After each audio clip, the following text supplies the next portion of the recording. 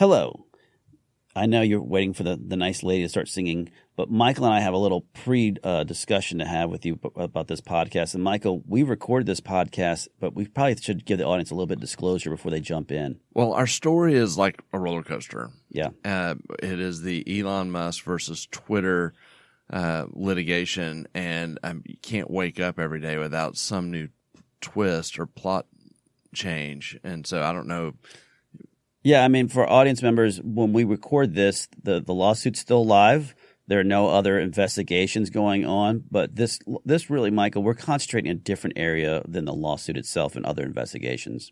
Yeah, for sure. Yeah, the lesson learned from the episode won't change regardless of the outcome. It's just I know when we listen back to this later, we're going to be laughing at all the different things that have probably happened since then. All right, listeners, let's get going. Cue the opening lines. Welcome to Legal 123s with ByrdAdatto. Legal issues simplified through real client stories and real-world experiences. Creating simplicity in 3, 2, 1. Welcome back to another episode of Legal 123s of the ByrdAdatto. I'm your host, ByrdAdatto, with my co-host, Michael Byrd. Thanks, Brad. As a business and healthcare law firm, we meet a lot of interesting people and learn their amazing stories. As you know, this season we're spicing things up a bit. Yes, we are. We are here to talk about OPP, other people's problem. Michael, for those listening for the first time this season, tell them what we're doing with OPP. Well, instead of telling client stories that we've experienced and taking names out, we're telling public stories that are in the news, and we are going to then use those stories to glean some legal lessons that are hopefully very digestible for our audience. Excellent, Michael. Well, before we get into today's OPP story, I'm going to ask you a question, and I think I know this to be true. You do own an iPhone, correct? Yes, Brad. I don't think that qualifies as a humble brag anymore either, since I think almost the entire world owns an iPhone. Okay, well, so because you own an iPhone, you might have these things called apps, social media apps to be precise, like Facebook, YouTube, Instagram, TikTok, Snapchat, or even Twitter.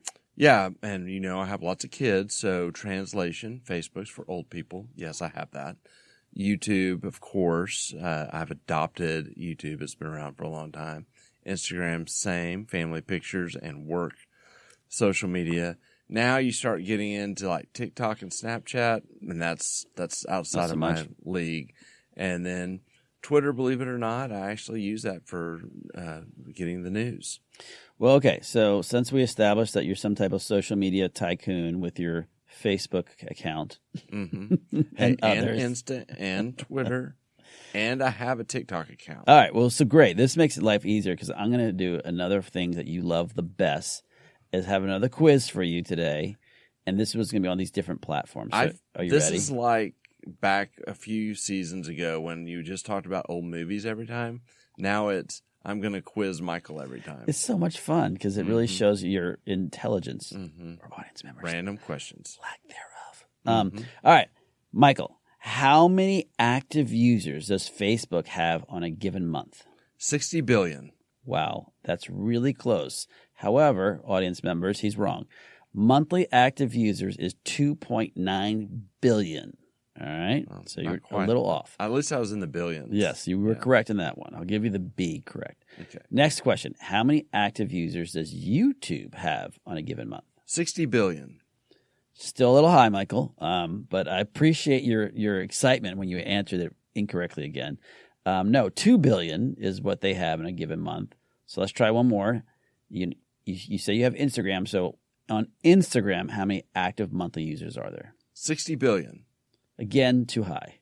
Oh, I'm just trying to be assertive and confident. Riley, he looks assertive, doesn't he? Yeah, she's nodding her head, audience members. Okay. Monthly active users for Instagram is 1.3 billion. You say you're not that familiar with TikTok because you're an old man.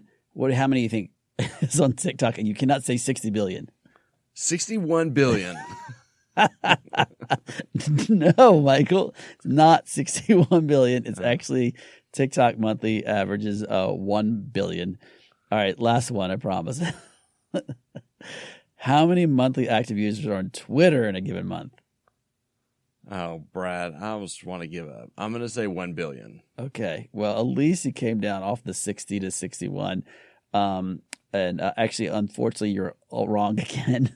It's about 400 million people that use that particular social media platform. Okay, I'm just begging you to stop, Brad. Okay. And what does all this monthly active user quiz have to do with today? All right. Thought you had never asked, so let's keep going down this rabbit hole with me.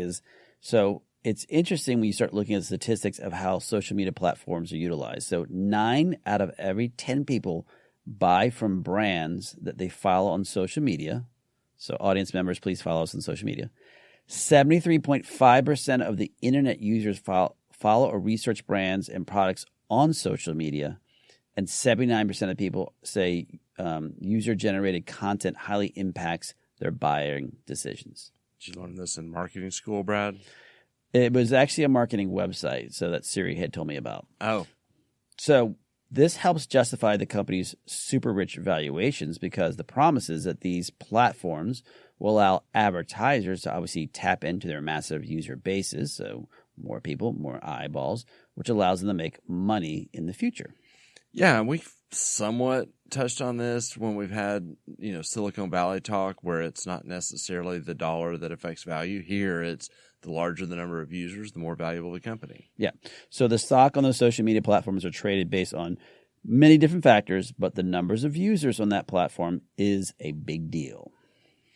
All right. Well, they would have been really valuable if their numbers would have matched my guesses. Yes, they're right now. Any people from the Facebook accounts and whatnot really want to have the 61 billion that you said. So, Michael, how many users does Twitter have on a given month? A, I thought we were done.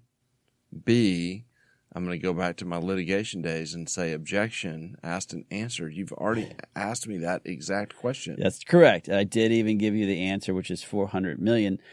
The problem is if someone cannot verify the actual real people on the platform versus bots, which that can be a pretty big, huge issue, Michael. And that brings us to today's OPP story.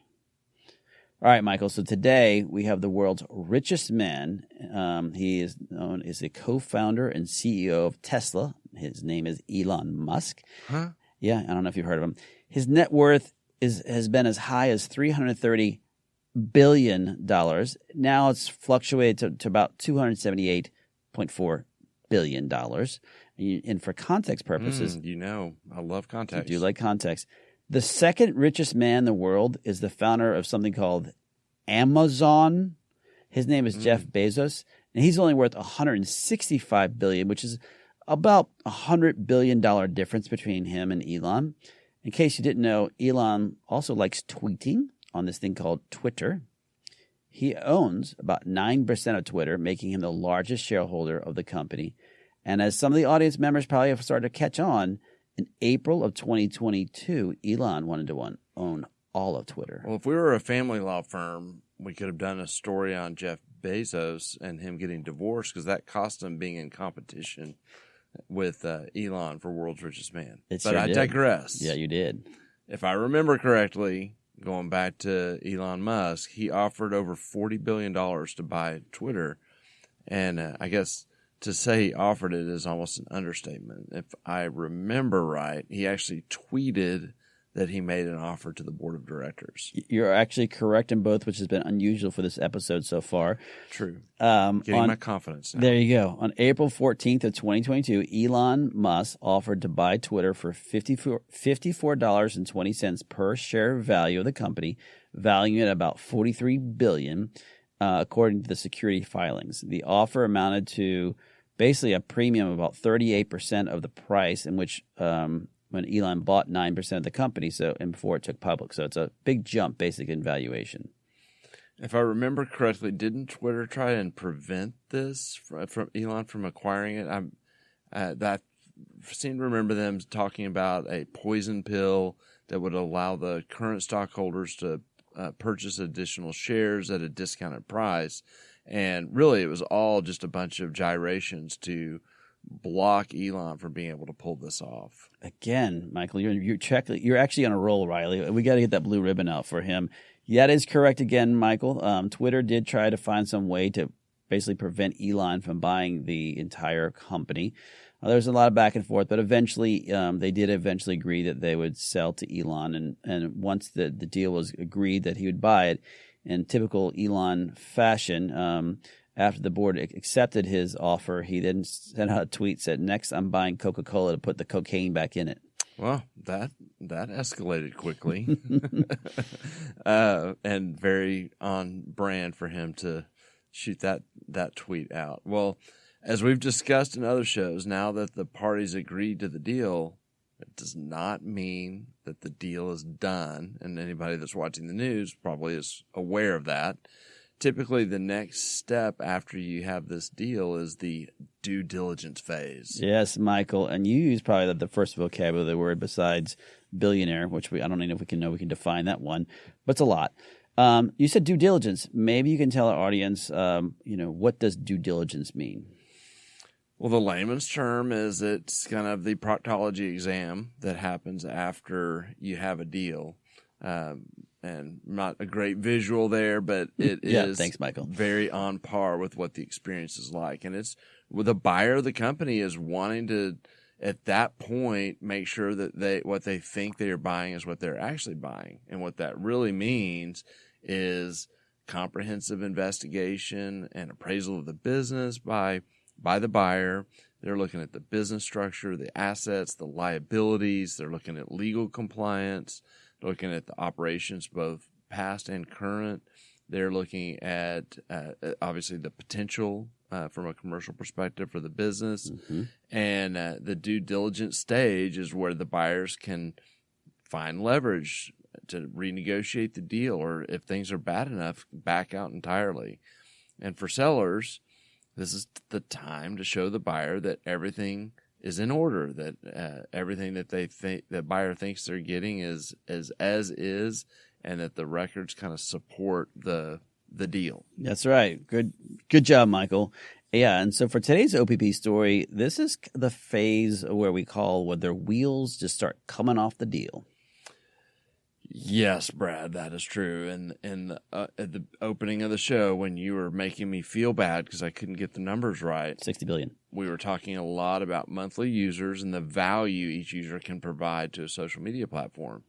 And then you asked me the bot question earlier, which was not fair. And by the way, you didn't even tell anybody what a bot is. What is a bot, Michael? You're the one that said it, not me. Sounds technical. Yeah, it is. It's very technical. But that actually is the reason that Elon pulled out of the Twitter deal. Yeah, and for audience members that don't know what bots are basically robots, and robots being that something that's fake. It's not a real person. So remember going back having eyeballs. If you're having a bot, that just means it's a computer-generated account versus an actual real account. And so that really... Like your girlfriend from high school. She was real. She was just hanging out with your girlfriend in Niagara Falls sometimes. Oh, okay, yeah. Let's move on. So let's go back to, the real question really starts coming back to is, while this was going on, almost a month after making this offer, Elon, Mr. Musk, who likes to tweet, started tweeting out that this deal to buy Twitter was temporarily on hold, citing concerns of what he was saying was the prevailing amount of bots and spam on the platform. And along with his tweet, Musk posted a Reuters report on a public filing that Twitter earlier had in May, said that the fake accounts may be up less than 5% of the actual users on this platform, meaning that 5% of the users are fake accounts. This spurred Musk to demand details supporting the calculation that these fake accounts to really figure out who are the number of actual human beings who are Twitter users. Basically, for the first time, he was noting that he's worried about these fake accounts. Yeah, and let me say this back to you to make sure I'm following it, but he's basically saying, hey, you Twitter made this public filing that said less than 5% of our users are fake because they're these bots, and he sets that as the bar in his due diligence phase to say if it's greater than that, then we've got a problem. Is that you got it, yeah. Right? So I read that many people thought that this was, in fact, a tactic for Elon to bargain for a lower price for the acquisition or even abandon the effort altogether. Yeah, and it could have been. There's actually, I read a whole bunch of articles when we were preparing for this. Another one talked about that when he made the offer, he also sold a huge portion of Tesla, and maybe he was using that as a means that may not make people panic as to why is he selling so much of Tesla. So, yeah, there's a lot of theories out there. But let's stay with this particular story and thread is that, the weeks kept progressing while the deal was on hold, and then Musk kept threatening Twitter that if they didn't provide this additional information that he needed to really determine the bots, he might walk from the deal. Now, Twitter kept saying, "Well, hey, we're acting, in accordance with the terms of the merger agreement," which means no. And then Musk said, finally, basically, and all via tweets, I'm going to walk away from this deal because you guys are in breach of it. You're not providing me the data that I need, and I can't really evaluate this investment. And so Twitter finally said, fine, we'll hand over. And this is my favorite part of it. They handed over a fire hose, air quoting that, of data. Well, that would seem promising that they finally relented and gave him what he was asking for so that he could verify, so that he would have all the data that he was asking for. Yes, and as some lawyers know, sometimes getting the term used, document dump, is really not as great as it sounds. And needle in a haystack. Yes, and so according to Musk attorneys, when they started going through they released a statement saying, "Hey, we've been asking for stuff for months, and we're trying to get this data that's necessary for us to really evaluate from an independent assessment, the due diligence as you were talking about, is how many fake or spam accounts does this Twitter platform have?"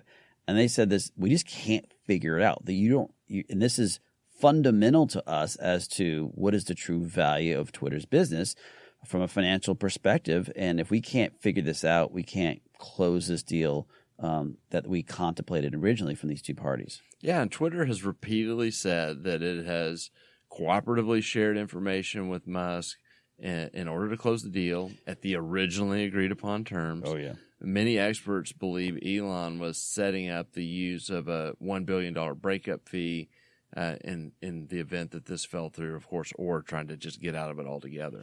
All possibilities. And so fast forward to July 8th, Elon tells Twitter, also via tweet, that he's killing the deal. Twitter tells Elon, "Hey, no takebacks. You have to buy us for $44 billion. You offered it, even though the company's valuation has actually at this point decreased dramatically." Well, I know, Brad, that we're pretty simple as attorneys, but I'm pretty sure there's not a legal theory out there called no takebacks. Probably correct. Again, today you're on a roll. Well, what Twitter actually said to Elon was, "Hey, this is a breach of the agreement. You cannot terminate this deal based on what you're referencing, and we're going to go to the judge," which audience members you probably know they did, "and we're going to force you to buy us at the asking price or at the price we agreed to." Well, we're all getting to watch this play out in real time, most of it on Twitter. Yes. And it is a constantly evolving case, and probably the story is who knows how far it's been written so far. But let's hit the pause button. Let's go into commercial. And on the other side, let's take this very public story and all the kind of stuff that's usually private coming out on Twitter and talk about how in real time that actually affects and impacts deals that we see all the time. Absolutely. Many business owners use legal counsel as a last resort rather than as a proactive tool that can further their success. Why?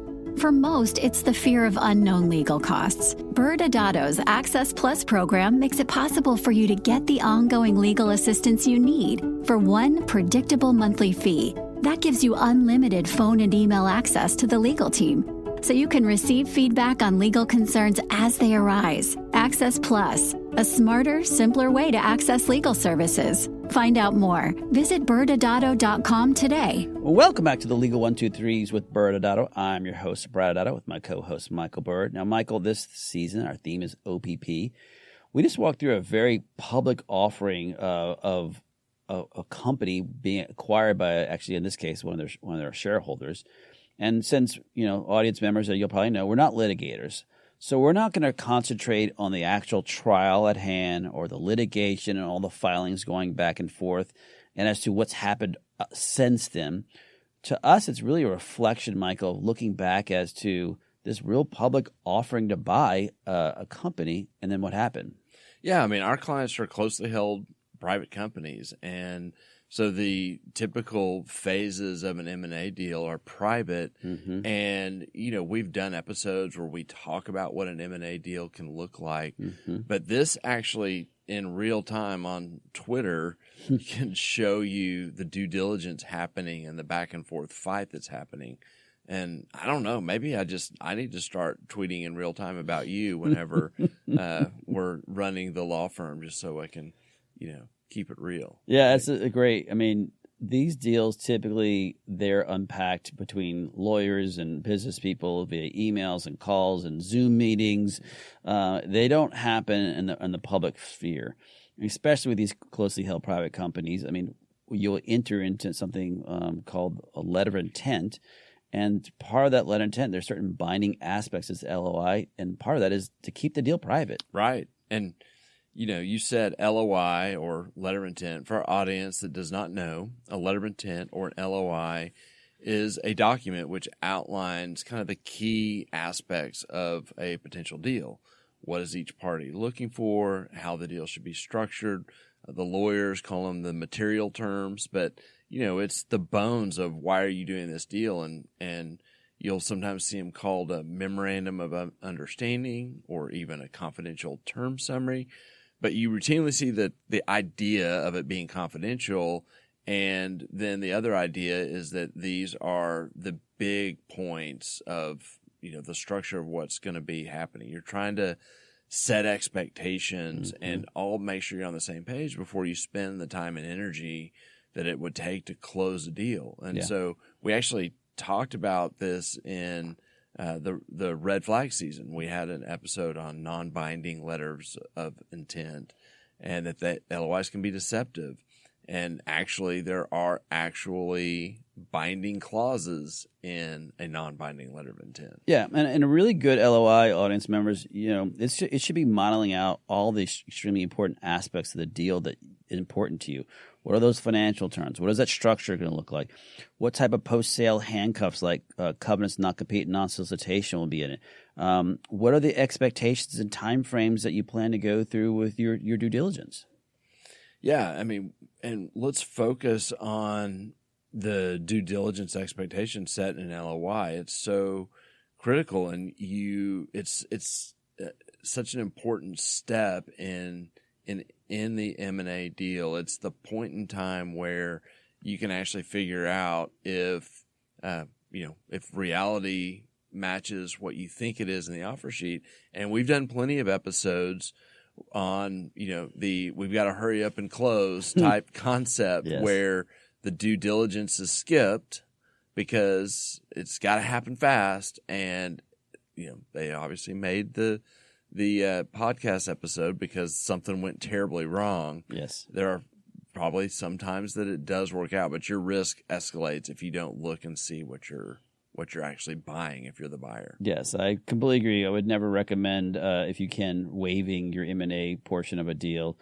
This is the whole part of the deal where it's the whole concept that, when somebody says, well, why do I have to do this? You're like, well, I trust you, but I'd like to verify that too. Yeah. So trust but verify. And as you mentioned in other shows, this is really that moment where we've talked about where the seller really needs to open up their underwear drawers and really show the buyer everything. And in this case with Elon, he kept asking, hey, I need to figure out how much y'all really think are bots versus humans because I'm putting a price tag on it.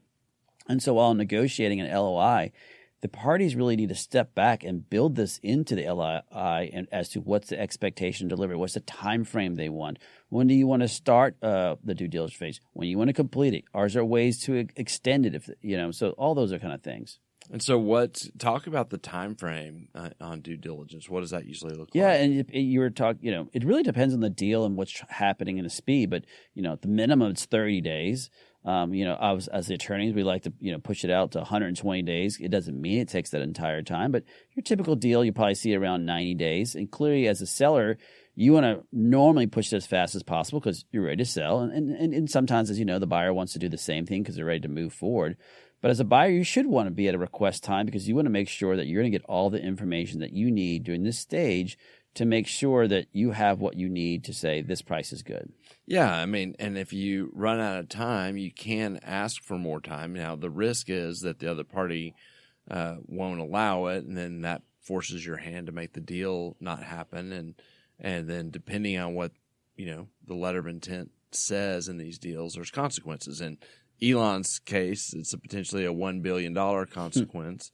Of course, they want the no take back strategy, so it might be a $44 or $43 billion consequence. Yeah, that's correct. And during this due diligence phase, the seller really discloses if they don't really seem to be adequate, like, hey, I'm not, they're dodging what they're being asked to give, and they're not really. You keep asking for the same information, and they're not going to give you, and that's really typical for this type of transaction. You need that. You, the buyer, in a good LOI, you're not going to have any obligations to follow through with this deal. So what could the buyer do besides request more time if they're not getting the information they need? So obviously, if they don't provide the information, if the seller won't provide that information that you requested, and they seem to be hiding certain pertinent facts, this could be a material breach of an LOI, and the buyer typically has options of, number one, just terminating the deal, just walk away. Or they could make a different offer, normally lowering the price, or they can move forward understanding there's a risk associated with this, and it's higher than they actually anticipated because they actually don't have all the information they need to really make an informed decision. But typically the buyer will be well within their rights to terminate and demand return of a good faith deposit if the seller will not turn over the information being requested. And talk about the breakup fee. Yeah, and so some of these deals, so in this Elon deal is a perfect example, is that if you walk away with not a real good reason, you're going to have to pay a breakup fee. And in this case, if you're like, well, I'm breaking up because you won't give me the information I need, that should be voided. And so again, that's depends on how it's negotiated. But if you're not negotiating good faith, if you won't give me the information, I want to walk away and I want my money back because you were never intending to give me the information I needed to make sure that the worth I'm providing is correct. Michael, we're almost out of time today, so tell me some of your final thoughts today. Well, I think what's really cool about the Elon story as it relates to what the points we're trying to make on an M&A deal is you started this episode very meanly picking on me and asking questions I had no way to answer because you wouldn't let me talk to Siri. Yes. But you made an illustration about how valuable the number of users are to the value of these companies. Yeah. And so when you're talking about bots, which kind of doesn't sound like that big of a deal, it's a huge deal if what the value of the company is based on the number of users, and they're half of them are fake, or however many of them are fake, more than what they thought. So that's why, again, Elon set the stage at, well, you said it's less than 5%, so anything more than that is something that would theoretically significantly impact the value. And kind of taking that concept, understanding that when you're doing a deal, so if you're a medical practice, there may be things in your numbers that you try to dress up to look really good. And in due diligence, they're going to do kind of a quality of earnings analysis and see, is this real or is this not real? And in healthcare, you see all sorts of issues. We hear of the pump and dump, blow up the value of the practice and how those can go wrong.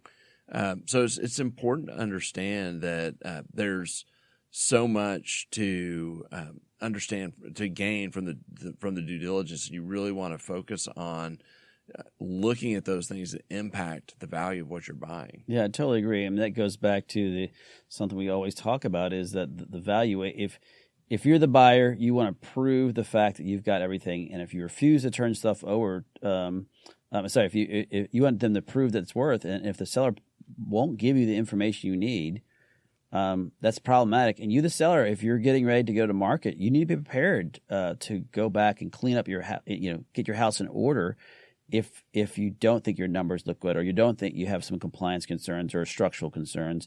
I know we've talked about that in other episodes, but yeah, getting your house in order is so critical before you go to market. Totally agree. Well, audience members, that is all the time we have today, but we'll be back next Wednesday, where our OPP story will have discussed 300 million reasons why the federal government likes using wiretaps. We'll bring on our good friend and white-collar attorney, Sarah Worski, to help us break it down. Thanks again for joining us today. And remember, if you like this episode, please subscribe, make sure to give us a 5-star rating, and share with your friends. You can also sign up for the ByrdAdatto newsletter by going to our website at ByrdAdatto.com. ByrdAdatto is providing this podcast as a public service. This podcast is for educational purposes only. This podcast does not constitute legal advice, nor does it establish an attorney-client relationship. Reference to any specific product or entity does not constitute an endorsement or recommendation by ByrdAdatto. The views expressed by guests are their own, and their appearance on the program does not imply an endorsement of them or any entity they represent. Please consult with an attorney on your legal issues.